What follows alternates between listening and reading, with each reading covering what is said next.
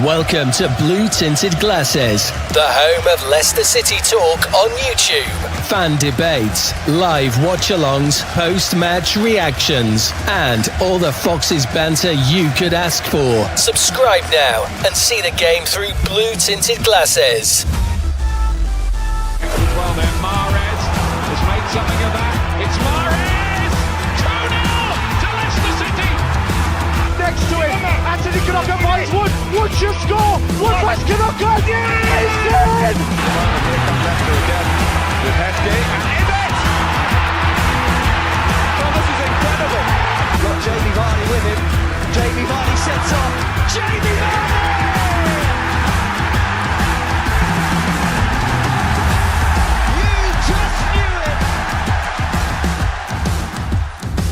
Blue Tinted Glasses, the home of Leicester City talk on YouTube. Good evening. It is the day after the transfer deadline day window has closed. It's time for Tuesday Night Tactics. I'm going to have a special guest that's going to be joining us a little bit later on. But before we get into that special delight, good evening to you all. Hope you're well. How are you, my friend? I'm joined by the one and only Dark. You got to experience that transfer deadline day. It was actually a great one for once. The difference between that and January was absolutely unbelievable, in my opinion. But talk to me. How are you feeling tonight, Doug? I'm feeling good. A little bit tired. First day of uni for me today. Had my uni schedule is really weird. I got home at 6:30 today p.m. So long day. Started at 2. So it's a bit weird. So I'm a bit tired, but ready to get into some analysis. And it's always nice when you win games. Absolutely. Well, we're also going to be looking at how those new signings fit in. We're going to do that in the second half of the show. Fossub, just want to give this man a round of applause again. He was acting as the Romano for Leicester City News. Absolutely unbelievable job. And Fossub, we want you on the show pretty soon as well. We've got someone else who's going to be joining us today who we are also quite excited to have. He'll be turning up a little bit later. But let's get on to it. Yep, very good transfer window. So, Duck, what do you think I'm going to talk to you about tonight? We play this game every week. I'm going to keep it going. What do you think we're going to talk about tonight? We know one of them already, right? Which is the transfers. What about of course we're going to talk about the new signings, right? Yeah, you don't sign 3 players on a day to not mention them at all. Obviously, I think we're going to talk about the positives and, how we have dealt with the issues we saw in the Preston game and the Wednesday game as well. And I want to say, have become solidified our defense and had given us a team with a high work rate and a team someone can get behind. Absolutely. Well, we're going to talk about 2 things tonight. The first is Marty's tactical masterclass, and then more importantly, which I think is the real reason everyone's tuned in, and that's why I'm going to keep it till the end. Sorry, guys. But how do the new signings fit into the team and squad? And does that mean that HMS Piss the League is back on the menu? That's what we want to know. Yes, it does. Of course it does. It was back before that. It could well be. It could well be. So let's get on to it. We're going to talk about the Birmingham game and Marty Cifuentes' masterclass, which is what I think it was, even though, to be honest with you, Doug, let's looking at the stats. This was a pretty boring game. I think, if we're being honest, transfer deadline day was a lot more exciting than this actual game. But still, what did you make of it overall? Finished 2-0, big spending Birmingham. What did you make of the game? What I can say is I didn't actually get to watch the first half. I was in a big-ass arena in Sweden where we were having rehearsals. So I got home to watch the second half. And while I was preparing, for the big final I had the next day, in front of 3,000+ people, just not to brag. But I often found myself, looking away and enjoying, scribbling down my notes and getting ready because I wasn't very nervous. When I look back, we looked all right defensively. We didn't give much away. There was the free kick where, obviously I wanted to be keen on that because that was a bit of a dangerous challenge from Ricardo. But every time I looked, they weren't threatening too much. I wasn't panicking. I saw a team of hard work. I think, obviously, I want to mention Manga. He looked phenomenal the one time I saw him get the ball, getting the assist. And then I want to mention the work rate really impressed me. I think I remember, was it from a corner where Daka threw himself in front of the ball where, we wouldn't have done that last season. Our striker would not have jumped in front of a ball in the 85th minute when someone is shooting from, pretty far out just to make sure nothing weird happened. So, yeah, I really respected the work ethic from the group, and that made me feel a bit more calm about the game and allowed me to focus on my notes and getting ready for my big day the day later. Well, we're going to talk about that. But yeah, Scott, I think, you're kind of right. Being there live, I didn't realize how boring it actually was. But I think Doug kind of mentions it, that rather than necessarily being boring, I think, well, this is what I'm saying. I think Marty deliberately chose to make the game not open, make it closed, make it a tight affair. He had, well, look at this lineup, right? So I want to just say that I think our manager's done an absolutely amazing job. I don't think the performances have been very good, but you've got to say, you've come into a club, you haven't been able to make any signings for the first team. You've got your star player wanting to go away, actually in this game, striking. He was pictured in the stands, wanting no part in the game whatsoever. The team has just been relegated and the fan base is upset, right? So given that, right, to be able to come out after the first 4 games with 9 points, and I think with better decision making, we could have had 12 out of 12. That's a great job. So here was the lineup. There was only one change, which was Steffi Mavididi came back in for Jeremy Monga. I think we're going to talk about that a little bit later on in the show. But I think, when we look at this lineup, it doesn't fill us with excitement or happiness. And that's one of the big reasons why I think we were all so excited to see that we brought in, 3 players on deadline day, which we're going to come to. I'll just quickly mention as well, one thing that did actually excite me is seeing, Page start, right? It's really nice to see I don't want to say blind faith, but the faith he has in our academy, even if you can say it's because of the lack of options. He started Page again after what was, an encouraging but not great display in his first game. And even if it was a simple assist, he did repay him with an assist today. That was the only thing really exciting about the starting 11. Yeah, well, I think it shows balls from the manager as well that he is going to be willing to go with those young players. Yeah, absolutely. We love giving faith to Page, and you can see that he's just getting in the hyperbolic time chamber. I think that after this game, we're going to see him more coming on for 30 minutes rather than starting. But, great for the lad. And you can just see exactly Fox Fanatics. You can see he's going to grow and get more confident. We're going to talk about him in a little minute. Talking about Birmingham. So now their approach was actually quite interesting. I'm going to show you that in a moment because this is how they were defending off the ball. They were defending in the kind of 4-4-1-1. But their system, and I guess the big sort of, because they spent a lot of money, Birmingham, right? It's a completely different team to how it was last year. But their sort of interesting thing that they decided to go here is they brought Lewis Kumis into the team, but they've got this guy called Williamson who was playing from last year, but he's actually a central midfielder, but he was playing on the right hand side.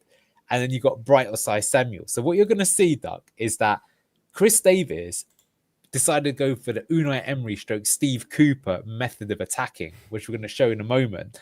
And that also left them a bit open. So, horses for courses. So actually, what they were doing was this, and this is why you might have noticed it in the game, how Luke Thomas wasn't ever really up against Williamson. He was actually against Osai Samuel, who's very physical, got a good engine on him and can get up and down.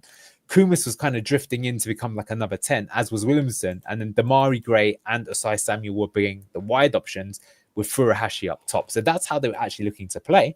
And here's the match in a nutshell, right? This is the TLDR. So, the interesting thing is, if you looked at these two stats, right, in terms of average pitch position, which team would you actually think is the home team looking at this? You're not thinking it'd be us. I can say that one, right? Look at how advanced Birmingham are. Exactly. So you can actually see that we actually decided to play a fairly deep block. And I actually think this was really good for Marty. So I think before the game, when we were doing a preview, we were asking all the lads on blue tinted glasses what you thought the score would be. And no one was optimistic. We were all a bit Debbie Downers. Manny was the only one that called a win. But we said, the reason we don't think we're going to win is we're going to try and play open like we did against Preston. And we're going to get, hit on the break. So what Marty did, knowing that the transfer window was coming, is he just decided to revert to sort of old school Leicester. And you know what, Andreas, this actually gives me a lot of faith for the future. Because if Marty gets us to the Premier League, this shows us that he's pragmatic to realise that sometimes you don't need to just be, fixated on a certain style. You can still try and pass the ball, but you don't need to leave yourself wide open. I will just quickly mention that as well, right? Think back to his time at QPR. Think about the game he beat against Enzo, right? At the King Power. They had 100 passes and like 25-30% of the ball. And we all know that's not what Marty wants, but he's adaptable enough to recognize in scenarios where he'll have to make these changes. And that's what does give me a bit of calmness about him if we get promoted, because if we play City away, he won't be playing this aggressive front-footed style because he's not dumb enough to think that will work because we don't have the players to play it, right? Yeah. I will say that if I think it was Birmingham, I think they're going to have a struggle to break down deep blocks playing this way. But you can see, so there's Bright Osai Samuel. He's almost joining up as another attacker with Damari Gray. Williamson moves inside, and this is Lewis Kumos, who was operating here off the ball, but on the ball was kind of helping out Damari Gray. So that's what they were trying to do. Conversely, you can see with Leicester how we pretty much sat back quite a bit and looking to hit more on the break. And I think Game State gave us that goal pretty early, and that meant that we could defend. And as Duck said, Birmingham might have had more of the ball, but they never really threatened, But yeah, I just wanted to compare that. So this is how we lined up against Birmingham. But earlier in the season, our one loss, this was against Preston North End. And you can see this is what Marty wants to play, right? He wants to play just 3 defenders at the back. He wants to have a way higher line, be more aggressive and press the ball and win it back.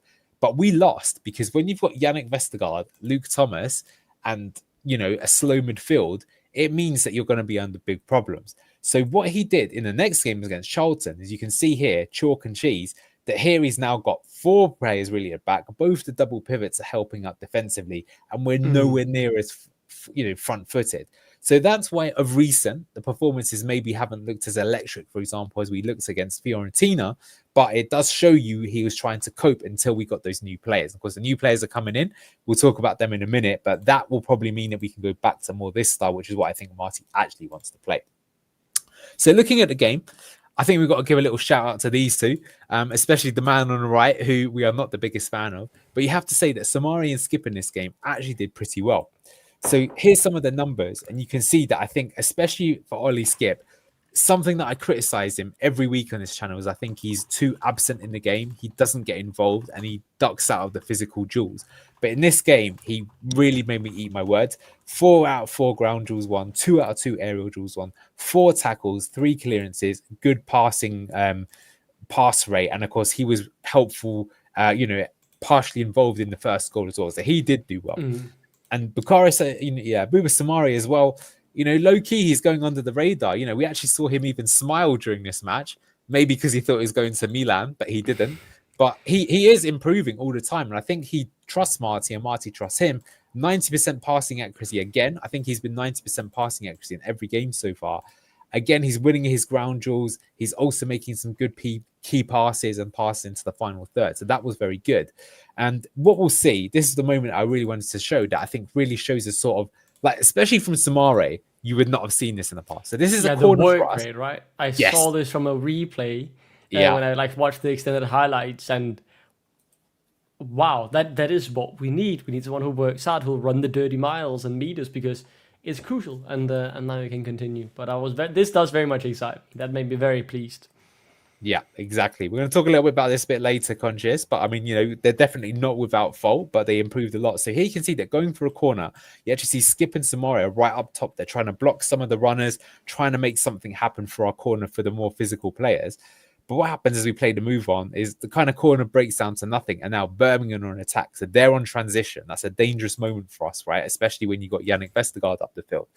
But here I've got both of their positions. You've got Sumare and Skip. You can see they're quite far behind the ball at this point in time, sort of 10 yards behind the ball. But as the move goes, you can really see as well, Sumare, they're really putting a lot of effort to get back and help out their defense. And look at this. The two of them work in tandem to crowd out one of the Birmingham players. And in the end, this is Williamson. They double up on him, and we actually win a throw, even though, it could have come off one of our players. This was great move, great hard work from the two of them. And to show you just how important that was, I didn't realize this at the time. Go on, yeah. It's those qualities that allow me to get behind the team, right? Because even if it doesn't always work when they do this, you can see players that are actually fighting, right? I remember back to the West Ham review we did with Winks coming on, when he just was, waltzing back slowly, not really caring. Here, even if they don't win that duel, or if it goes for a throw into Birmingham and doesn't lead to a goal, those are the qualities that I think are very much needed to be shown in every single player for the fan base and the connection with them and the team to be rebuilt, because that is players fighting to play. Yeah, it shows you, that attitude and hard work and effort is the minimum you should expect from a professional footballer. And we didn't really see enough of it, and it put a smile on our faces, I think we say. So from that throw-in, we ended up scoring our first goal. So that shows you just the importance of winning that ball back. So, Andreas, if you're playing a system where your right-sided fullback pushes up the pitch, where are you most weak? On your right side, just like we were under Cooper. Yeah, exactly. So it's kind of funny to see this having the shoe on the other foot for once. So we take a throw in very quick. We targeted that area. This is actually Skip, who's moved all the way up into that area. It's a lovely touch from him. You can see here, look, sort of plays a reverse pass blind, and he just plays it into space. And I like this because this is answering a question. This means, first and foremost, it's going to push Birmingham back and allow us to find our shape. So worst case scenario, we're going to be able to get back into shape and be ready to challenge and win the ball back. But best case scenario, you could see something like this where Birmingham, they're really falling asleep here. They take too long. This is sort of like, if they ever get to the Premier League, this is your welcome to the Premier League moment. You can say this was lucky, but I would say this is just sort of like the difference between the leagues and the quality, that when you're up against good teams, something as innocuous as this can really kill you. And that's what we did. So the ball comes in. Look at Louis Page here, right? He's behind the ball, but he's got eyes on the ball. He is already one thing on his mind, pounces on the mistake, gets to it first. And I don't know about you, Doug, but as soon as you see this picture, you're thinking, we're in here. Right. Yeah, you do this in the Premier League and you're probably going to go 1-0 down. And so that's what, made me happy about this. I think we could have made the move even a little bit better. Like Louis Page, when he plays the pass, he ideally could play it into this space here. The pass that he plays in the end is okay, but it means that Fatawa has to check back. But Fatawa checking back, he wants to do that anyway, right? So instead of having to tuck it in with his right foot, he can cut back in on his left. Page gets out of the way, which is mature from him. And even though he's in this position, Fatawa can find the finish even. And that's 1-0 and we're 1-up, which is great. So, yeah, exactly. He does muck up the pass, but it's the right idea. And that's still good to see. But yeah, some more quality could have made it even better. I then just want to give a bit of a shout out to Yannick. So this game was rather dull in terms of watching it, but that I think was intentional as soon as we went 1-0 up. But Yannick was very good, very solid at the back, got the passing, managed to control the game, 9 clearances, won all of his ground duels, even dribbled it once successfully as well. No one beat him. And I think this is important because I think prior to this game, I was nervous about Kyogo Furuhashi going up against him because, sure, Yannick's going to win the aerial duels, right? But small, quick passing around by the feet, he's tenacious, he's got a lot of energy. And Yannick, I don't think he gave him a kick, right? The person who did give Kyogo a kick was Ricardo, which we're going to come to later. That was a bit noisy of Ricardo. But Yannick played very well. We know that he's a Rolls Royce in this particular division. We didn't play the high line, so that's obviously going to be the thing we're going to have to look at a bit later. But yeah, very well done from Yannick. And what this meant really, the passage of the game, is what I call the horseshoe of doom, right? And we saw this ourselves, actually. It's funny how Chris Davies had it, because we saw this a lot under Brendan Rodgers as well, which is that when teams get wise to us, what they'll do is they'll just let you have the ball. And you can sort of see already the horseshoe here, right, is here around the outside. And Birmingham have got the ball. They've got plenty of players up in the attack, but all they're really doing is passing it around them. So now they manage to move the ball out to the other side. And it's the same thing.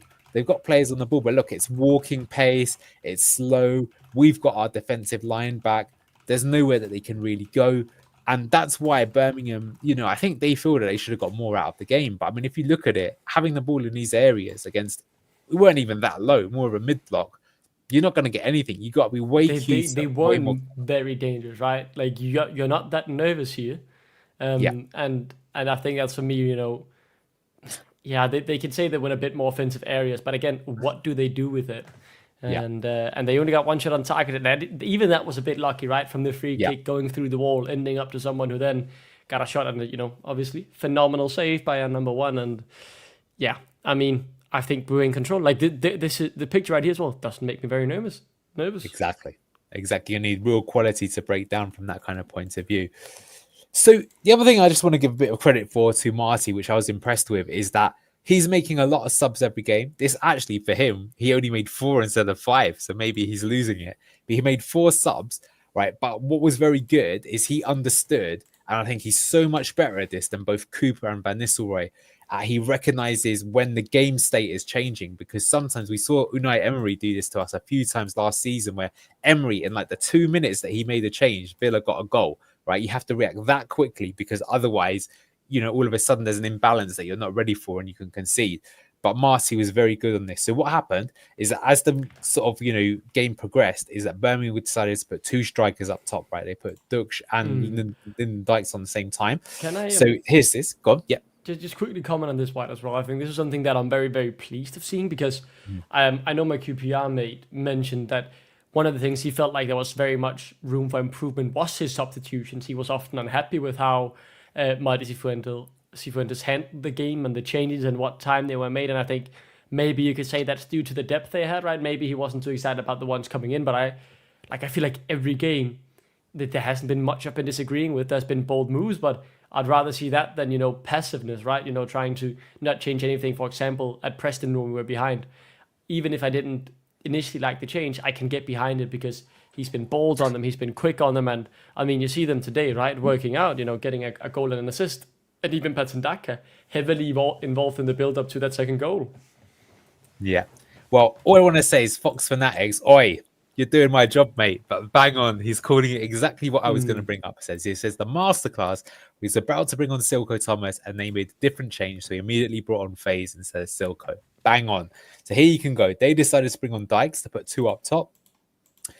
Fatau had a little bit of an injury, so he was going to go off. So the like-for-like replacement was, of course, Silko Thomas. But what he decided to do, you called it perfectly out here in the comment, is he put FaZe on instead to go to...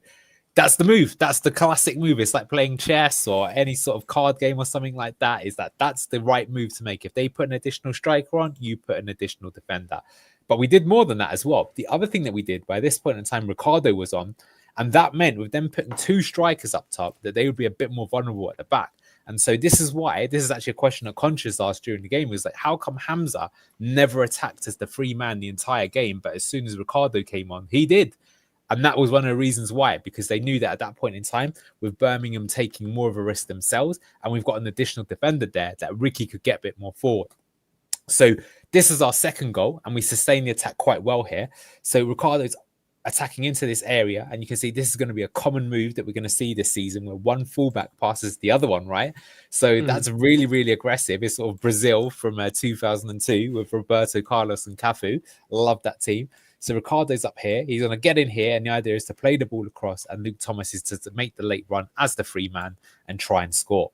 Now, in this case, Luke Thomas, but the ball's not the best. So this is, I think, again, part for the training ground. So hopefully in this 2 weeks before the next game, Marty will get the boys working on this. But you can see the chance there. It ends up getting recycled. But here you go with FaZe. And, we've got to give him a lot of respect. He's looked very good in the championship again. He gets the ball. And, is well better in the back. He looks so confident, right? He looks so calm. And you can tell he feels his ego is helping him here because he just feels so confident at this level that he looks like a Rolls-Royce player for championship. Yeah, you can see even the way that he hits that. You could say that's cocky, but that's just a player who's confident that he knows he's better than the players that he's up against, which is true. Confidence is a huge thing. So he plays it into Thomas. It plays into J Mongs. And from this point, it's the Jezza show, isn't it? But just to again call out how good this move was, you can see Ricky's all the way over here. He's still supporting the attack. Jeremy Monga comes one way, cuts back the other one. Again, Ricardo's pretty far back in terms of his position in the attack.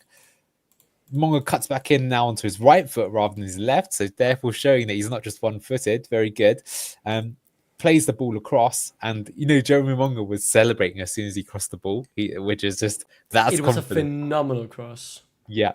But there's a lot of work for Ricky to do. So it's good to see that Ricardo, despite his injuries, is still able to get up and down so much. Makes the late run, and that's a great first-time finish. And that's 2-0 Leicester, and that's game, set, and match. 3 points for the Foxes. Now, of course, if you're a Birmingham fan, to be fair, you'd be going, all right, but I'm not being funny or anything. Ricardo shouldn't even have been on the pitch at this point. And you would be correct. So Ricky P, you've got to say he was a very lucky boy, was Ricky P. Yeah. So here we've got him positioned here. He'd just come on at this point. Ball comes out to Kyogo. He's obviously been instructed to block down, make a physical challenge. He's outside of the box. At least he's not going to give a penalty away. Goes in for that challenge. Can't see it too well here, but looking at it here, that is awful. He does hit the ball first, but still, I wouldn't have complained if it was a red. The funny thing is, he was complaining afterwards, but if you look at that again, if that was me, I would be messaging Kyogo and I'd be saying, I didn't intend that. I'm really sorry because you could easily break someone's leg there. I think we might all have seen it happen in a game. But look, I just want to say we will try and be objective on the show, right? Rather than subjective, be fair. Who knows if we'd have been down to 10 men? There was 9 minutes of injury time as well because Damari Gray kept falling over the whole time. Perhaps it could have been, different. But, it wasn't given. No VAR in this division, but that was naughty. But other than that, Ricky was good. I think we saw then an example. I did mention, I think at the start of the season, that I think in that 3-man role, he could be very effective. He will occasionally get caught out defensively, and he still looks a bit rusty, Ricky P. But having more energy in the midfield is going to help, which we're going to come to at the moment. But that was the game then. We're going to be a bit short on the tactics today because we want to talk about the new signings and a lot more. But here you can see the match momentum is pretty interesting. Because you can see that, yeah, Birmingham did have most of the momentum, but it didn't really have crazy pressure up until this point in the game. And that's really from the free kick, right? Which was obviously in a very dangerous position. And yeah, luckily for them, I want to say, like that should have just been blocked from the wall and gotten out. Instead, it became a massive chance afterwards, and their only massive chance of the game. And I think obviously the match momentum might be trolling you a bit sometimes, because if you watch the game, even at that point, you weren't all too nervous. Yeah. And what I'd also say is this, though, is that this kind of shows you the importance of game state. So if we hadn't got this goal, we did have the momentum up at this point. So who's to say that we wouldn't have been a bit more open? But I actually think this is the smart thing again, right? If you know, again, you're dealing with the backdrop that your star player is rioting on the sidelines, right? So getting through the game, getting the points is the most important thing. Seeing out a 1-0, I think that's good. And, there he goes. Mr. Mod, patience. Last comment on this as well. I mean, think back to the game against Sheffield Wednesday, right? When the picture was the other way around, they scored first, and then they're the ones allowing us to create the game for them. And you could see we had 80% of the match momentum. But yeah, it's more about the fact that match momentum is, there are more factors than just which is the better team and how the game unfolds. And I think you highlighted it perfectly with saying this could look very different if, let's say, they scored after 5 minutes or we didn't score within 8 minutes. So, we'll see. But let's move on to the very interesting part, right? As we're about to round off the game. Yep. So we'll just skip through this bit. Well, I'll give you some of the other bits. So this was Chris Davies. I was really disappointed to lose that match. I think we conceded a poor goal to start the game, which is unlike us, but we recovered really well. They've gone up the other end in the last moments and got a goal from the very little they had around their box. Bit salty there, Chris. The players are disappointed because they felt not Nathan Jones level, though. Not Nathan Jones. Yeah, I agree. So at least I can sort of see what he's saying, guys. What we've seen tonight is we've got to get the ball into good areas, but we've got to make them defend a little better. More crosses, more box action. Not so much horseshoe of death. Exactly. Many Birmingham fans say they're a better team on that chart. But the game, that's what I'm trying to say. Is this was controlling the game without having possession. That was the Marty approach. And what did Marty have to say? He says, I'm happy because it's never easy to win football games. And at the same time, we played against a good team that never made things easy for us. Overall, from the performance, there are a lot of things we can improve. But the main thing for me is about building culture and identity. I see that the players care and they're showing a desire and commitment and the spirit we want to have as a foundation, which is very positive. And I think that for me was the best thing as well. The fight, right? The attitude was great to see. And I think that's why he's got rid of certain players, as we saw in the transfer deadline day.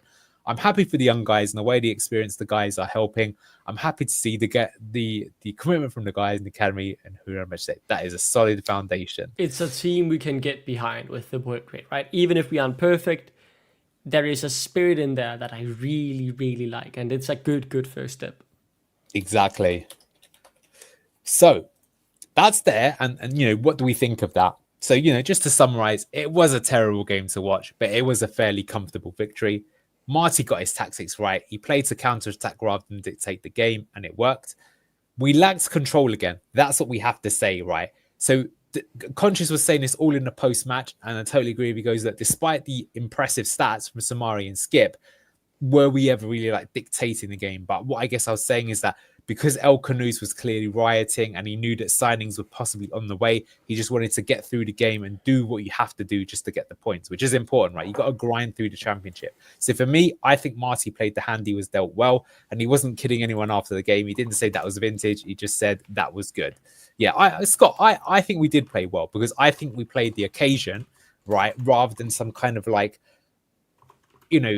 dream football that we're trying to do, right? For me, I think personally that our season starts in the next game against Oxford. So, there's a massive credit for saying, sod my system. We need to win some matches and get through the transfer window. It's good management and bravely got the job as a system manager. I totally agree.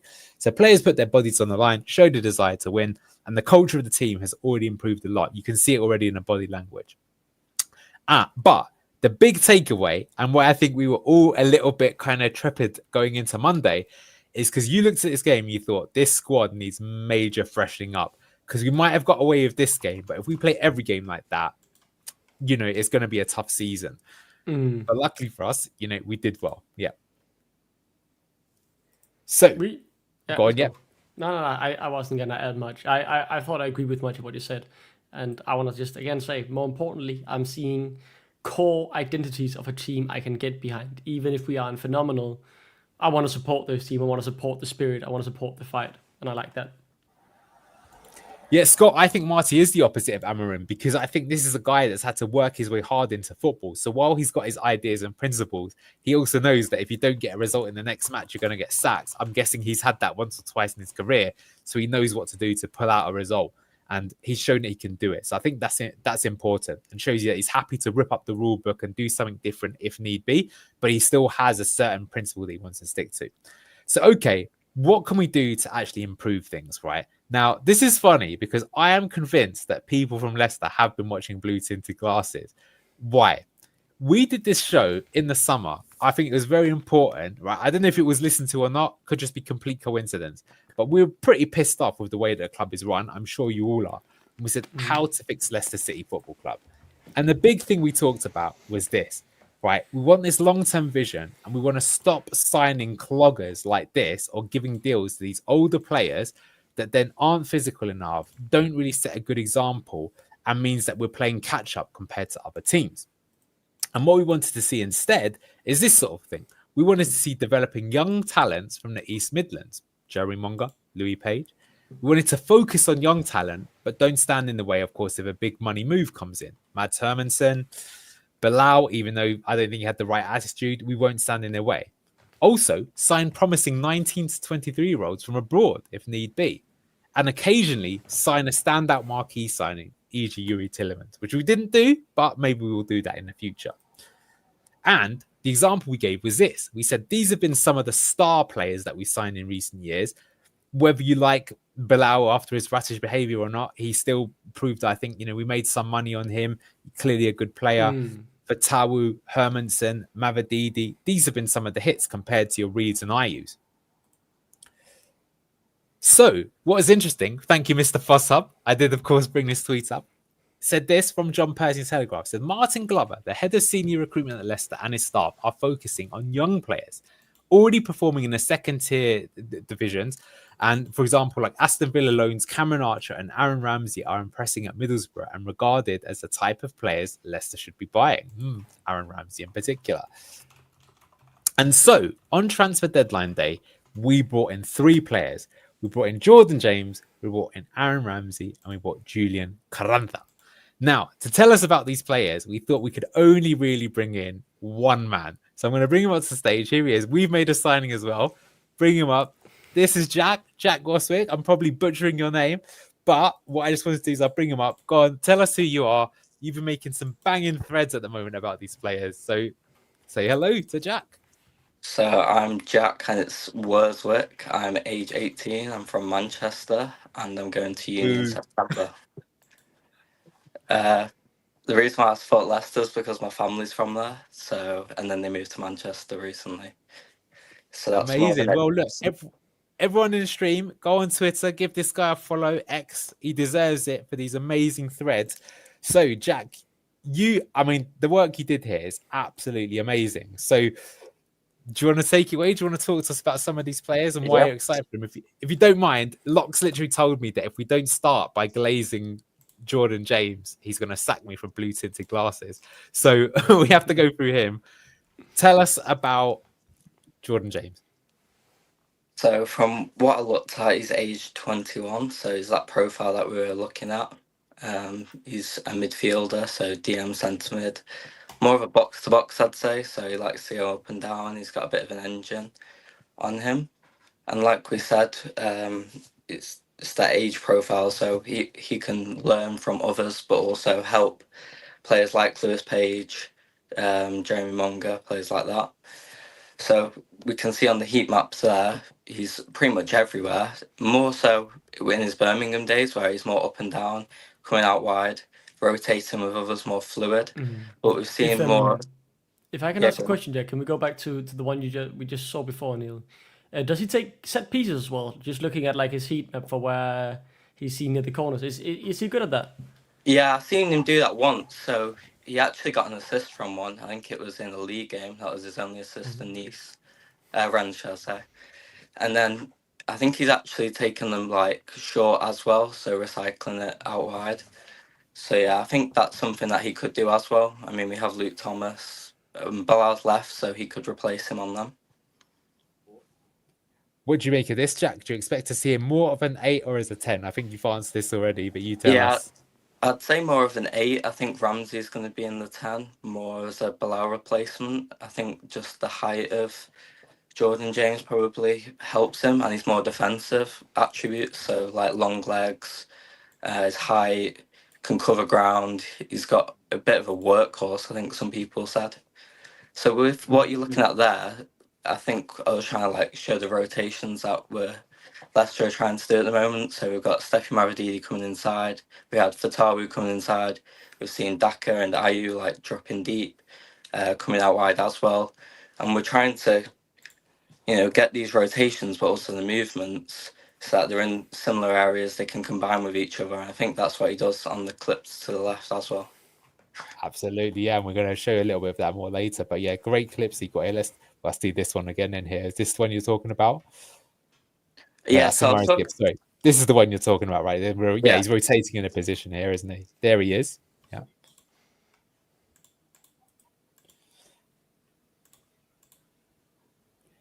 So you can see he's happy operating either out wide. And look at that, it cuts into the 8 position. I really like this clip. I think it's much of what we need, right? We've complained a bit about the wingers being too isolated, and having an 8 who can function in those areas and combine well in these smaller areas and allow to or help create more space, I'd probably say, for the wingers will be key. And he does look to have that. I want to say some Dewsbury Hall over him, right? The work rate horse. Even if he isn't the best defensively, he'll work hard, he'll contribute there, and then he'll excel a bit in front, playing the nice passes, finishing off nice moves, or combining with the wingers to help create space for them. And what we're seeing here, Jack? So this is his dribbling. I quite like how he uses his arm. He like shields it. He's very powerful in that regard. He's strong, has quite strong upper body strength, which helps in this regard as well in carrying the ball, trying to progress it. I was thinking absolutely, and Mr. DP saying this, totally agree, because we've been bullied in some of our recent games, I think. So to see this, a big unit, we've been saying this guy's sort of like Ndidi and Tielemans almost combined into one, right? Yeah. That height, 6 foot, is going to be really important. I mean, look at that. Yeah, he's not getting bullied. Yeah. I think that will be the biggest game changer, especially when he's replacing Skip. So the fact that he can advance more, I think, will be a game changer, but also the height and the defensive capabilities, because we see Skip get bullied at times, I think. It is a tasty midfield. And look at this. I mean, go on, talk to me about what we're seeing here. Yeah, so this is him more in deeper areas, dictating, trying to get onto the ball, receiving it from the centre-backs, and then switching the play, which I quite like, because it's then isolating the wingers 1v1, which I think, again, as Duck said, we've kind of lacked so far. Where if that's Jeremy Munger getting this pass, I've seen it with like the youth level when Munger can receive like that 1v1, because with him being both footed as well, he can go left or right, which I think would work really well. If that's Fatawu receiving that ball, you saw he did. Lots of empty seats there, by the way, in the Birmingham Stadium. Wonder why that is. Maybe because they weren't as successful then, but yeah, I mean, I think he looks to have the quality in the particular things that we need, which is why I am really, really excited about him. I'm excited about the other two as well, but this is by far the biggest one, because I feel like we've been screaming for a connector, the missing piece in the midfield to make the play link up even from the first build-up phase, but also to the last build-up phase. And yeah, I think Jordan James, with everything going on, he's probably the best we could have gotten. And talk about this aspect of his game too. Yeah, so with the progression and slipping attackers in behind, I think again that's something we've lacked so far. You're seeing against Preston, Sheffield Wednesday, Charlton, we've kind of struggled to get the ball into the wingers because they're getting doubled up on, or we're giving it to Ayew and he's reducing our threat if anything. So I think this could be another important aspect to his game. Absolutely. Well, we've got someone else to talk about in terms of the IU possible replacement, but that is lovely to see. I've got to say personally as well, before I saw your thread, I was quite familiar with Jordan James, but I really didn't know that he was this good on the ball. I knew that he was very good in terms of box to box. I'd seen that play, but that is real deft touch and the vision and creativity. And a bit something Bilal that Kanoush-esque, maybe, in terms of like quality of finding the incisive pass, right? It's not just that, but I mean, we've been speaking to Conscious about this a lot, but it's like, who's that player that can actually control the game? And what I like about here is he's not just playing the ball immediately first time and rushing it. He's happy to take that touch, scan, dictate the pace of the game. We've been crying out for that. So, do you know what? I'm honestly struggling to think about, who in the championship we could genuinely have signed who'd be better for this role. Unless you could loan out some tasty midfielder from the Premier League, I think. And the fact that we've got an option to buy him, I would be shocked if we don't sign him. For 5 million as well, right? Like that's just a tiny bit of what we are likely guaranteed to get from the Bilal money. So I mean, if he just plays an impact, I think the fee will definitely already be worth it, and I'm very much looking forward to it. Oh, great technique and finishing. Yeah, it's funny. So some people are saying better than BEK. I think he's not better, but what I think he will suit this system better. And that, sure. Again, that's what I like about the actual transfers, right? Which is that, we aren't just signing random players, right? We are actually signing players with a purpose. And that's, again, when we mentioned like how to fix LCFC, it's like, what was Steve Cooper doing? Like, why was he signing Oliver Skip? Why was he signing Jordan Ayew? Why was he signing Bobby Reid? Because he was changing the system, and that system was not the way that we were used to playing, and you could just tell it was going to fail. And of course, it did fail. Wow, look at that. Really nice finishing. So, wow. Absolutely brilliant. So, and yeah, look, of course, I mean, we all remember this game. Talk to me about this one, Jack. So he gets the brace on the half turn there. I think that's a lovely finish as well. It's great. Yeah, I mean, look at that. The way that he spins into space, that's just, I mean, top quality. I remember at the time, we're like, fair play. That's just a good goal, isn't it? Yeah. I think the difference between him and Bilal as well is that output. I think they do play different roles, but the fact that he can, get on the end of things, get in both boxes as well, I think that's a big difference between the two. This goal is crazy. Obviously, it takes a deflection, but more like wiggling through of the instant press, right? From, is that Winks and Ndidi trying to win it back and manages to find a way through, even if the shot, you can say that's a bit lucky, but wiggling the space off and even getting the shot off is to me the more impressive part, to be honest. Yeah, almost a goal out of nothing. That's Ricardo. Look, sliding tackle, it's bouncing, and look at that. He deals with it. Brilliant there. It's going to be good. Getting stuck in. Mavididi terrorized him in that game, but he left a little bit of the shrug in there, didn't he? But fair enough.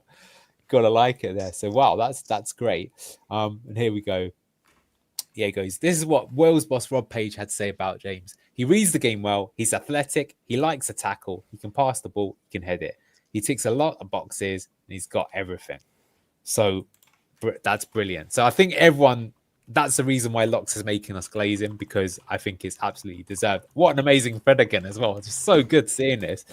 More than earn your place on this team tonight, that's for sure. But there's more, isn't there? Because that's, of course, Jordan James. I'll just go through some of this other stuff quickly. I'm going to talk about as well how he fits in the system at the end. Got some of his... I mean, again, this sort of scatter graph, I think, is amazing because it basically just says, what type of midfielder is he? The answer is yes. He's all of them. That's what you want from a box-to-box midfielder. He's a bit of everything. And if you look at players that he's most similar to, this really made me exciting. Most similar to Yuri Tillemans. Did well for Leicester, right? Yusuf Fofana at Milan. Ayari's broken through to the Brighton team and doing really well. Sandro Tonali's really improved Newcastle. Even Will Hughes at Crystal Palace doesn't get enough praise for how good a job he's done there. So great to see that. And yeah, of course, that is the heat map. But we weren't done there, were we? There's another player we went and signed. We signed Aaron Ramsey. So this one is pretty fresh in terms of your thread. Don't think many people have seen it. Why not? give it a follow. So talk to me then about Aaron Ramsey. Yeah, so he's that similar age profile again, age 22. He's came through the England youth teams. I think he's got like 30 caps or something for the vast amount of teams. Helped them get to the final with the under-19s in 2022 at the Euros. So he's clearly, well regarded in the England setup, especially considering he came through at Villa. I think he won the FA Youth Cup with them as well. And they had a pretty strong team. They had Philogene, Archer. So I think to be in that kind of level is very good. Absolutely. I didn't realise that he's already gone for 12 million. He's the younger brother, of course, isn't he, of Jacob Ramsey? So yeah, so with the heat map, I think I touched on it there. Like he played quite out wide as well for Norwich and Middlesbrough. It was a few seasons ago, but we can see that he wants to play in the left. He wants to come in central as well into the half space, combine with others. But he is you can see that compared to Jordan James, like you called it out yourself. You said that what type of players are they? Are they an 8 or a 10? And this is still more of that kind of 10 perspective, because you can see that they're more of that creative things, whereas Jordan James is a little bit further back here. So you're bang on for spotting that as well. Yeah, I mean, I think as well, right? What is exciting here is how big of a prospect he has been, and the worry is obviously his injury. Right, last season only I think playing 6 minutes or whatever the club said, but apparently he was really good in that game against Derby on his comeback, and some way even saying that maybe they should have kept him for good squad options. And I'm very excited to see what happens when he gets a good run of games, because I mean his history in the Championship speaks for himself, right? When he's red hot. Whoa. So what we seeing here, because this guy's got output, that's one thing I'll say. Yeah, I think at youth level he's got like 30 plus goal contributions for their 18s and 21s. Wow. Which is pretty surprising.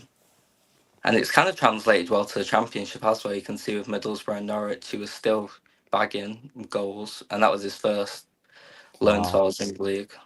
Not been funny anything, but if that's Patson Daka in this position, he's not scoring. Exactly. He's not scoring. He's taking a donkey touch, or he's dribbling it into the keeper. Like he was gonna mess something up there.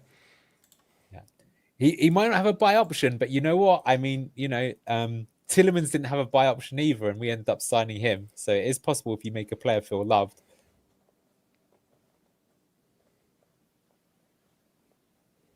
Oof.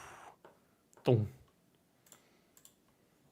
Yeah, I think I touched on that as well. Like, the output difference compared from him to Bilal, I think, is going to be a game changer. Like I quite like how Bilal's dropping deep, he's getting on the ball, but could he really get this level of output? Is he making the late arriving runs? Is he in these areas? I don't know. Like he's only scored 7 senior goals, whereas Ramsey's already got 8 in the Championship. So I think that should. I don't see Bilal doing a header like that, or Skip, or Simare. It's just a different type of player profile, isn't it? It's someone who wants to get on the back end of it.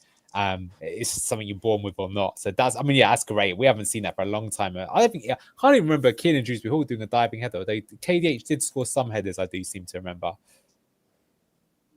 No wonder he played for England. I mean, look, you can see just of his touch and his technique. Look at that. Great take, sets himself. Quality finish. And look at the area he's picked up as well. Exactly where you've got in the touch map. He's drifted into that 10 area, slightly out to the left. If this guy stays injury free, I mean, here he is again on the right hand. It's the levels that he's doing it at as well, like because he's done it in the Prem Championship. I know he didn't play as much in the Prem, but when you're against those top sides and you're still holding your own at times, it's quite impressive. This is absolutely brilliant. I mean, look at this. He holds up the play. He's scanning, keeps it, waits for the right time, plays the 1-2, and drifts immediately. Look at that. Just immediately into the space. There's 4 people around him. That's really good play. That's really good play. Yeah. Top quality player. Oh, bit of a dribble. Played on the wing. You can understand why. Wow.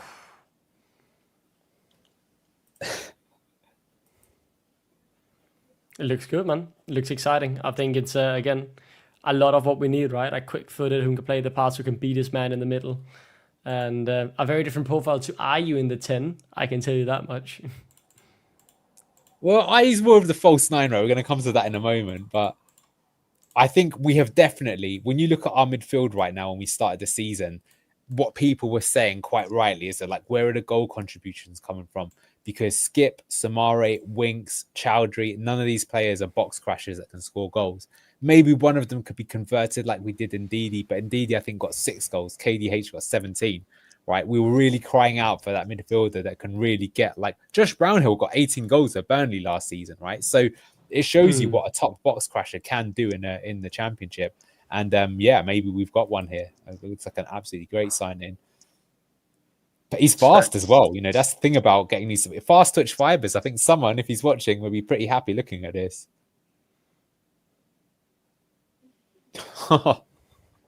Very nice. Very nice indeed. So yeah, you just mentioned here in this thread that he might be right-footed, but he can use both if he needs to, right? Yeah, so we've seen he comes out to the left quite a lot, and obviously when he's against fullbacks, they're going to try and put him onto his left. But he's quite comfortable. Like, he will try and use it. He won't. It's not like an Anthony type player where they just physically can't use it. He is. He will try. He can score goals with it. It's obviously not as good, but yeah. Someone's asked here, are all these before his injury? Yes, they are. So, I mean, the honest truth is the reason we've got this player is because this player had a serious injury. He's down in his luck, right? Like a big injury. And yeah. Fatau-esque, but look how Fatau is after his comeback from his injury. So we don't know. It is definitely possible that we signed a player that is going to be injury prone and won't play that much. But that's why it's good that we've only got, there's no payment, right? If that is the case, it sucks, but we just go and get another player in January. But if this player does find anywhere near the form that he showed in the past, we've just signed one of probably the best players, in the championship. And he's proven it. He's played 4 teams that, like, under Vincent Kompany, they destroyed that league, didn't they? They got 100 points, and he was integral to it. Looks absolutely fantastic. And, I just going to bring some stuff up here that I found. So, we've got those stats there. Yeah, I mean, look at these stats. These stats are just, they're absurd, really. I mean, when you're looking for someone who's going to be contributing in terms of goal, I mean, look at this one, like in terms of, XG and expected goals and assists, he's in the top percentiles, right? Progressive passes, pass completion, he is your creative threat. And you see the pitch position that he's got there. So it looks fantastic. So another brilliant thread there. I don't go through all of it. I'll save some for people to look at. But we weren't done there either, were we? There was one more signing that we decided. Oh, actually, I'll just bring this up quickly. Sorry. Players that he's most similar to. So I think I mentioned this on the stream yesterday, but I did find the fact that he was similar to Elias Chair being quite important, right? Because obviously Chair did that role for Marty at QPR. So you've got an upgraded position. But again, that you've got James McAtee.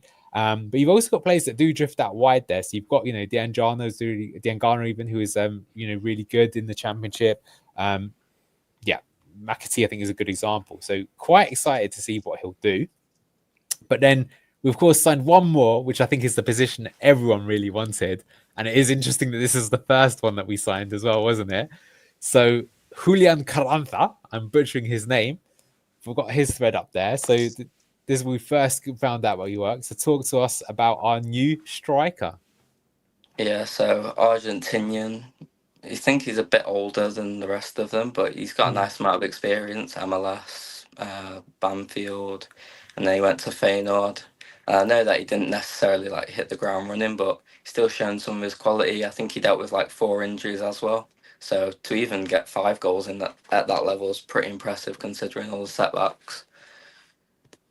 So I think he scored against AC Milan at the San Siro. I think that's the one that everyone's kind of seeing, that big header in a big game as well against top level defense. So if he's able to win headers, dominate plays in the air, that should be very good.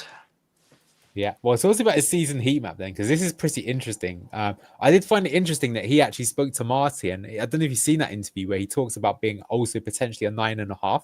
But I don't want to speak for you. You talk to him about his heat map and where you've seen him play. Yeah, so we can see he's kind of in that right channel quite a bit as well. So obviously Ayu's been dropping in a lot, and I think Marty said he was a 9.5 as well. So maybe we could see Carranza doing the dropping in, acting as a player between the lines as an option, dragging defenders out. But even if he's just in the penalty area, he's going to be more effective than an Ayew or a Daka, where that isn't necessarily their strong point. Absolutely. But I think what we can see here, though, is you see he's got a wide range, right? So, yeah, he has been able to drop in and fill in as more of a false nine if need be. Here, again, pretty similar. But in this sort of last one, he's been more of a kind of less involved. You can still see he's mainly can play on the front foot. So I'm quite interested to see how we use him overall. All right, yeah. This That goal is makes the me laugh. header. The amount of hype around one goal. But talk to me about this. Yeah, so you got Ole Gunnar Solskjaer praised him for this one with the movement. He's staying offside purposely, trying to get out of the defender's way, and then he times it nicely, wins the header. And like I said, this is against the top level defense, Champions League night, San Siro. You can't really get big and much more mobile as well. So I think we're all looking forward to seeing that sort of stuff. Let's bring this one up as well. So this is from MLS.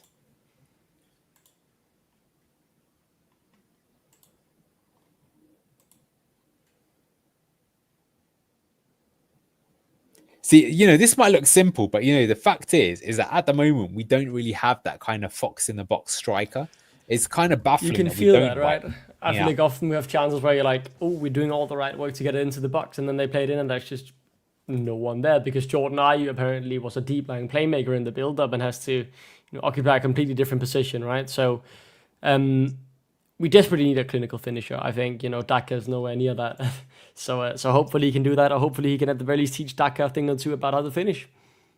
Yeah, I think the big thing with Ayew as well is that Ayew can link up the play, but because he's older, he hasn't got the energy to then go from the false nine position back into the 9 position, right? That's why I think you see such an interesting sort of like a touch map from this player, because he will link the play, but then when he plays a 1-2 with Ramsey, with James, with Fatawu, whoever's joined up in the play, Ricardo maybe even, he will then be in the box to offer another option to finish. So that should be useful. Look, it doesn't seem rapid. I think that's fair. But I mean, look, you know what you're going to get, right? If he was that amazing, he would be playing for Feyenoord. You can look at Feyenoord had Santiago Jimenez, didn't they? Who went to Milan, I think, for 40 million euros. So, he was good enough to get there, but not good enough to then make the next move up. And that's why he finds himself in the championship. But, that's at this level, that should still mean pretty important, stuff for him to see. What else have I got here? Okay, and talk to me about some of this other stuff that we're seeing here. Right, is his movement? I'm guessing, right?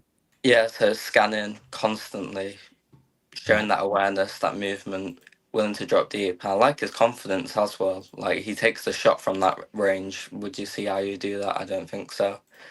And he has that in his locker as well to score from nothing, pretty much. And we're going to need individual brilliance if we want to go up. Like that. Who doesn't like a bicycle kick? Been a while since we saw one of those at the King Power. Oh, that's a nice neat finish. finish. That is inventive thinking. He's this guy, by the way. Yeah, just before you say, "Oh, he missed." Oh, look at that.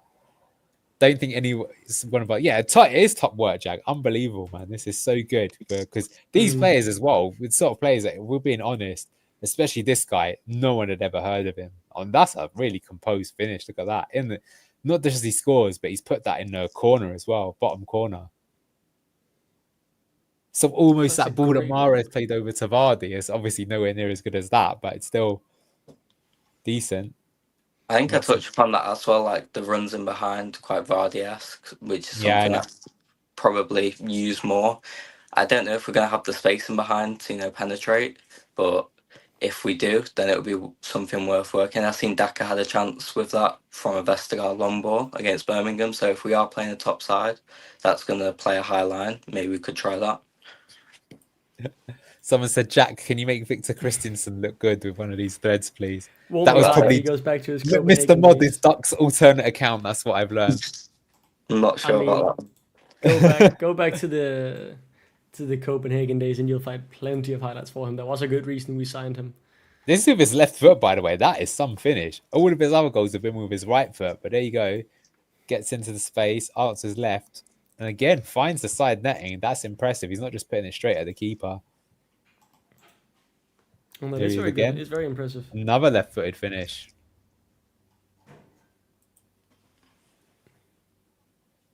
forehand again. So what is it? Is he left foot or right foot? I can't tell. That's Yeah, I think he's right, but he shows like a lot of confidence, especially with yeah, the angles as well. Like first time there, Rufus and that. exactly. I think this one shows like his range of shooting as well. He Oh, can. Ayu's in trouble. Start building a statue indeed. Well, he's got finesse. That's what I like. If you look at all of these as well, he's never actually just blasting it. I always say that with Daka has got a cannon of a shot, but he'll never do something like this where he just guides it, using your technique. He's got good technique, which is unsurprising for an Argentinian player, I'd say. South Americans do tend to focus on that a lot more. Oh yeah, this is from Verb before when he scanned it. You can actually see, as you see, oh man, look at that. That's if you don't buy a ticket, you don't win the lottery. We'll ignore the MLS defending, but I mean, to be honest with you, in the Championship, you will sometimes see defending like that. Look at what Birmingham did even against us, right? What we're seeing here. Wow, again, so that's left and right foot. It finishes. He's done there. So yeah, so that is more of the false nine position, right? So he's let some players run ahead of him, the 10ing especially, but he's still there to join the attack and finish. So, that's something I think to get excited for. Oh, do you know what? If this player, look, he gets in his way. Oh, it's unlucky. Yeah, his technique's a lot more refined though, especially considering where he's been. Like this is MLS, as opposed to England or top 5 leagues. I wonder if he dies well. I mean, that's something he's going to need to learn from Uncle Ayu, how to stick your bum out and win a free kick. That's a good head there as well.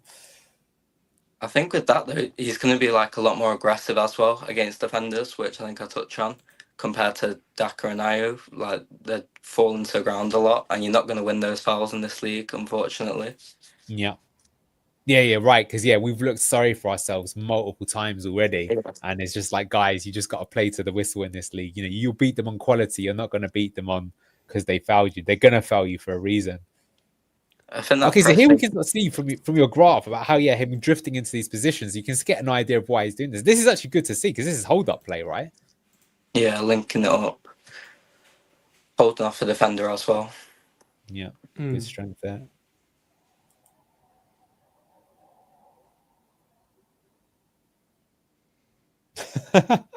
Yeah, that's Championship defending, all right? Yeah. Probably need to watch on that one. Too aggressive. Maybe he reacts a bit much, but that's good to see as well. You want to see a bit of feisty South American business, like Luis Suarez. He might be a bit of a prick, but what a player he is, and that tenacity. The physicality is nice, and I mean maybe because he just doesn't stick his bum out and use that, right? He does move at the same time, release the ball, get a shot off, which is very, I want to say, interesting, but different to what we have right now, which is what we need as well. It's a different option, right? And I think for me, this is the guy where I'm like, he either works out or he doesn't. I don't really mind. I think it's just nice to try someone else in the striking position, right? Because if you think back to Woyo, how it helped improve JJ, that there was more competition. If he adds that and either Jordan Ayew or Daka starts playing better as well, I'll be happy. I just want a striker who can, start putting it in the net more, because we haven't had a single striker scoring a goal yet. So if it's Carranza or if it's, kickstarts Jordan Ayew or Patson Daka, I don't really mind. I just want this extra competition to mean that one of the three will really start to get going. It's a good point from Conscious. He's saying, did you see Ayu's ground rule stats from the Brum match? He had 17. The next highest in our team was 5. So he plays so much to him. You're right. A lot of the time, to relieve the pressure, we look to hit Ayew. See Hamza doing it all the time. We try and build the attack from Ayew. So this is what we're seeing here, this ability to be strong, hold up the ball and be physical. And what I like there is he doesn't fall over. He does keep the ball going. That's very important. So good to see that. Tactical board, we've sorted that out. We're not going to show it today, but we do have it. We will obviously be using that as the season progresses. So again, he's linked up very nicely there. So, I mean, again, Jack, awesome work putting this together. Let's just see this one. Thank you. Yeah, if guys, you got to go follow him. I mean, this is top. That's getting him playing the ball through. So, again, false 9 position, being hit there, but showing that he can link the play to people running past him. So, that's, I think, the thing that we're going to kind of end with. So I'll just bring up some more stuff from him. That was his touch map that you showed earlier. Yeah, some really good stats here in the top percentile there for goals. But you can That's also what see we that need, right, from a striker. So I like the fact that the tackles and interception are up there as well, because the press you have to play as our striker in the system is really good as well. So positives, I think, again, it's someone who's a bit down on their luck, you could say, right, after a disappointing move to final, but that's what we can get in. I think their past is inspiring and positive, and I think more importantly, they also look to have found players who add the quality that the team was lacking, which is really nice, because we're not just getting someone who can do the exact same thing as Skip, but not the thing we still need, right? We're not just getting another one who can do the same as Soumaré or do the same as Mavididi. We're filling in the gaps the squad has, the few there were, and I really, really like that. I think it just means we've just already become so much more well-rounded. Exactly. A lot of people in chat are asking, Jack, do you also own Rising Foxes? I know the answer to that one already, but go on. Yes, I do. So I did start that September 2024. Yeah. That's amazing. You also got a lot of really stuff about our academy players. So guys, yeah, follow that one as well. I'm not sure, Duck, can you check, have we got a loan with an obligation on Jack, or did you miss that out on the contract? Because if so, Docs is going to have a word with you, because we need to sign him. So yeah, just to end the show, I wanted to show you this, right? So a lot of people then were asking us, and actually I'll ask you guys as well. I'll be interested to see what your take on this after I show you this. So what is going to be our team going forward, and where are they going to play? And are we going to go back to the high line? It's difficult to really say. I think, time will be the ultimate answer to that one. But potentially our team could look something like this. So in possession, we'll go back to the three at the back as we saw against Preston. But now we've got more reinforcements. I put Ricardo in here instead of Hamza. I think even though we've seen a lot from the touch graph, Jordan James play it out on the right-hand side, I was looking, and he did also play at the left-hand side as well. He can play either side in terms of box-to-box. And I think the reason he will do that is that against Preston, this is what he sort of preferred. He preferred to have a Coley on the right-hand side of Yannick so he could get Luke Thomas into the team. He might change it up. That's not guaranteed, but that's what I think we'll see. So then you'll see Ramsey drifting into the middle there. You have Carantha there up top as the false nine. I think Monga's going to start more and more games. I think this probably would be our best team. Not immediately, but I wouldn't be surprised if come sort of the turn of the year, this is what our team looks like. But the big thing is this, right? So he talks about the rotation and the movement. So what I think we're going to see is this, is you'll see Carranza move back here to be the false nine. And then you'll see Jordan James making, this is why you need someone who's really mobile, got that box-to-box ability and making those forward runs. So him and Ramsey are now going to be playing ahead of Carranza, him playing as a false nine to feed them in. So they're going to rotate a lot. But of course, that's not the only way that we can play. Ramsey will also be acting as a 10 here, looking at the wingers cutting in. So you're going to see a lot of flexibility and the players moving around all the time as we sort of play. And yeah, to say this as well is that sometimes they'll do the opposite. So sometimes Ramsey will be the one looking to play the ball through, but on occasion, or not even on occasion, they will rotate the whole way through the game. We see it already under Marty, and Ramsey will find himself here. Carranza will find himself there, and that will confuse defenders and make spaces in between them. And what I think is really exciting, and why personally, I don't know about you guys, I'm happy about the window. So if I'm saying that's our strongest team, well, actually, what would happen if we just changed all 11 players? And if we did change all 11 players, we still have a pretty strong team. You could have Begovic, Nelson, Faze, Skip, Winks, Chowdhury, Ayew, Page, Reed, Mavididi, Christensen.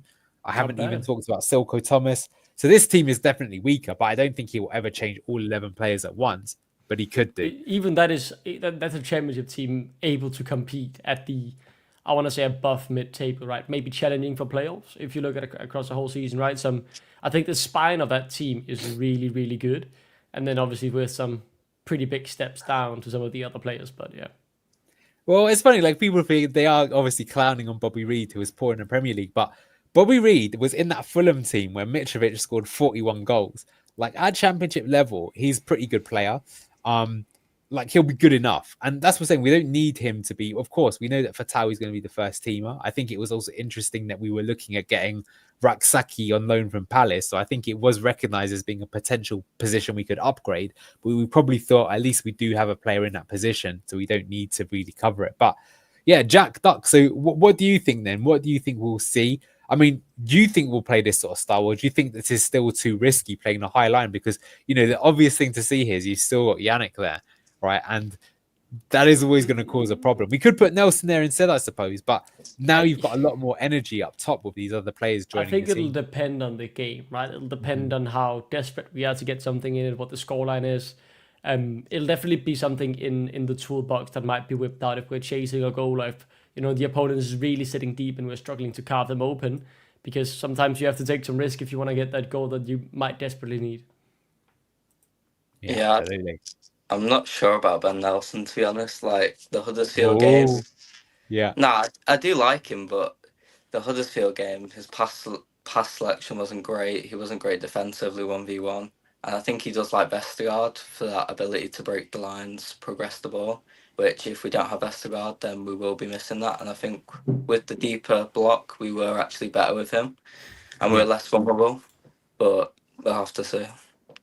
I mean, controversially, I would say as well, because he hasn't gone anywhere yet. But if we were going to play the high line, I actually think if you put Fast there instead of Vestergaard with that back three, you probably would get away with it, because at championship level, he's much faster and he can still do the sort of passing out almost as well as Yannick at this level.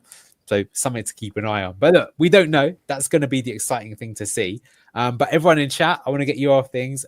Look, massive respect to you, Jack. Thanks for doing that. But are you excited about the midfield, about the new players that we signed? Do you think we need more, or are you kind of happy overall? I mean, I'll ask both of you. So, Jack, what about you? Now that the transfer window is over, what we haven't talked about is we did lose our star player in Bilal. He's gone. We didn't even really mention that, but I think we all knew it was coming, but he did go. And of course, shed a tear for the guy that we hardly knew, but Woyo Koulibaly also left on loan. But looking at the squad now, and you've obviously done this amazing work on the three players, what are you thinking and where do you think we'll finish now, given that this is the squad that we've got? I think playoffs at the minimum, to be honest. Like when you're adding players like Jordan James, Aaron Ramsey, players with this experience. We've got Kranz, who's a bit more of an unknown, but if they can hit the ground running, and then we've still got Aluko, Page, Mavididi would be on the bench if Monga's starting. So it's quite a fresh squad. We have a lot of options. And I think that'll definitely help when it comes towards December, when we can, refresh it, change.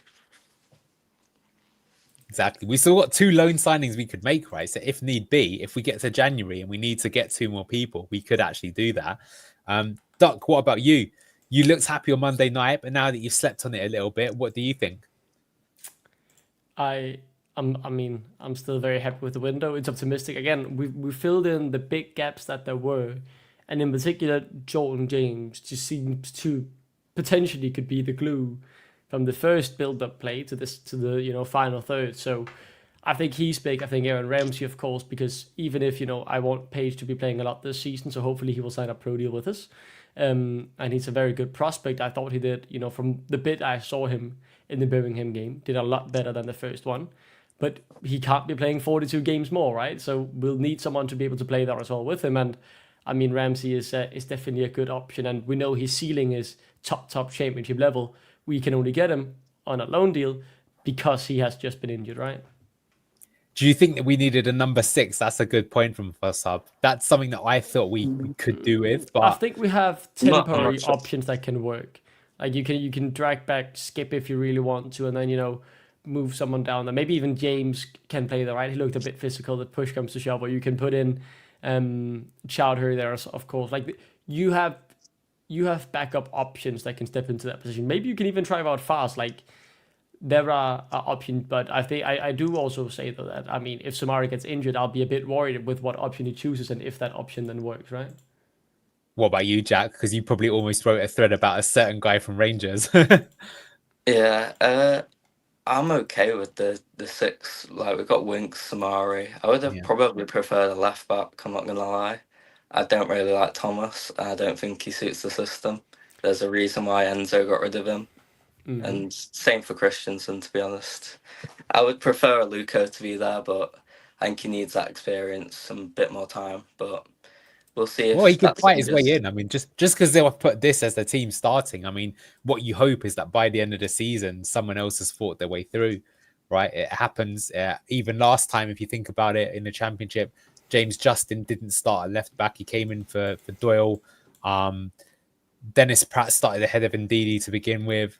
You can have. Vardy wasn't even starting, was he? It was Iheanacho. So it's going to be down to the individual players in order to make it happen for themselves. But let's wrap up the show. Let me just give you where it is. So these were the results from that weekend. We beat Birmingham, and yeah, I mean, it was another great weekend for us, wasn't it? Ipswich drew again. How do they keep scoring? And they scored in the 16th minute of injury time in the second half, but they can't keep getting away with it. Is that I'll me? say though, yeah. I mean, I think obviously yes they get 1 point, but in total it's less points spread out on the league, right? I think Ipswich, and we discussed this a bit yesterday. Maybe they've lost their soul a bit, the core and the magic that was around the original team. They might have better players now, but they might not just be as connected to the project and to the prospect and the ambition and the momentum the previous team had, like that back-to-back promotion. So I'm really happy to see the start the other two relegated teams have made.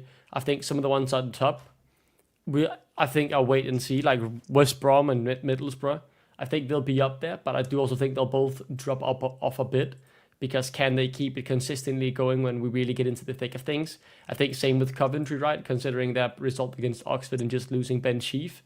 So I'm pretty optimistic so far, not about our own play, but how we've scraped these points, and it giving me a bit of Enzo vibes, right? Because you see a bit of the clear identity. Now he's finally got some of his signings in as well.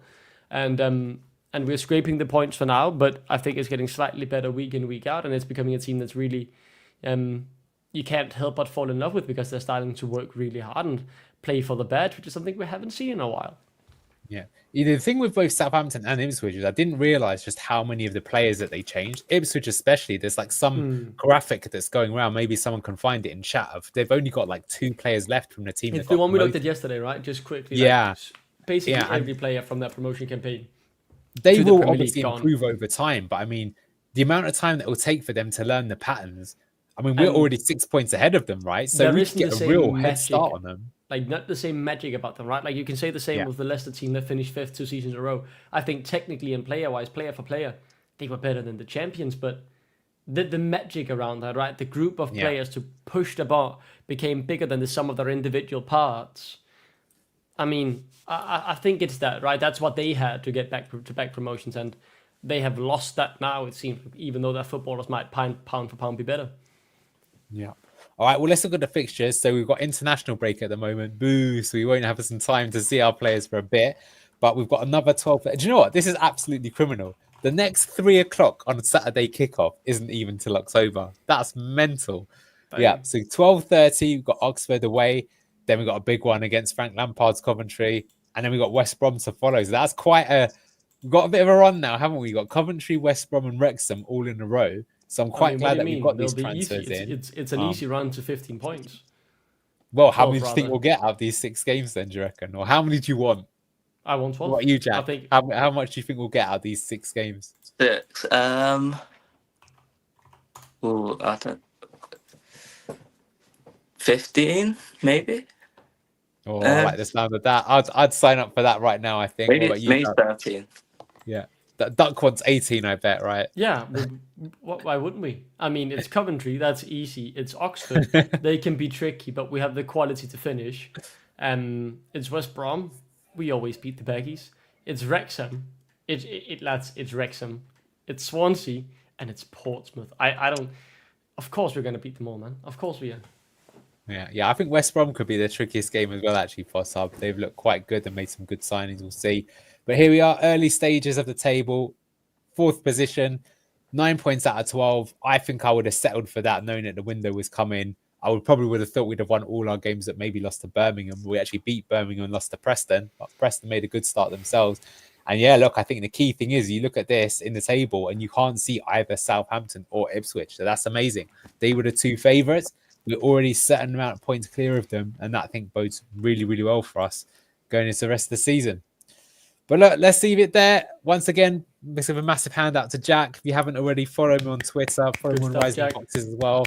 Top threads, mate. Thank you for joining the show. That's actually the best contribution anyone's done. So you set the standard pretty high. So the next time that we get a guest on, Fossab, they're going to have their work cut out to meet that standard. Thank you. Anything you want to say? Any shouts you want to do? No, I'm all right. But Yeah, I don't really know what I'm going to do now after the transfer window is over. I might do some match previews. I don't know, but we'll have to see. Well, no worries. If you're off to uni, just have a fun time, mate. Freshers week and everything like that. I'm kind of Yeah. jealous. I remember that. Great time first year at uni if you haven't already, so do that. But yeah, thank you, chat. Thank you so much. Join us tomorrow for Fox's Den. We'll probably be talking about the players again, I expect. Thanks again. And thank you, Jack, for joining us. And thank you, everyone in chat. We'll see you next time. See you later. Bye-bye. Massive thank you to today's sponsor, Match Bingo. Over 200 grand has been paid out to players so far by taking sports betting, football and bingo and combining them into one amazing app. Make sure to get your bingo card for any Leicester City game in the upcoming season. Click that link in the description or via the QR code on screen.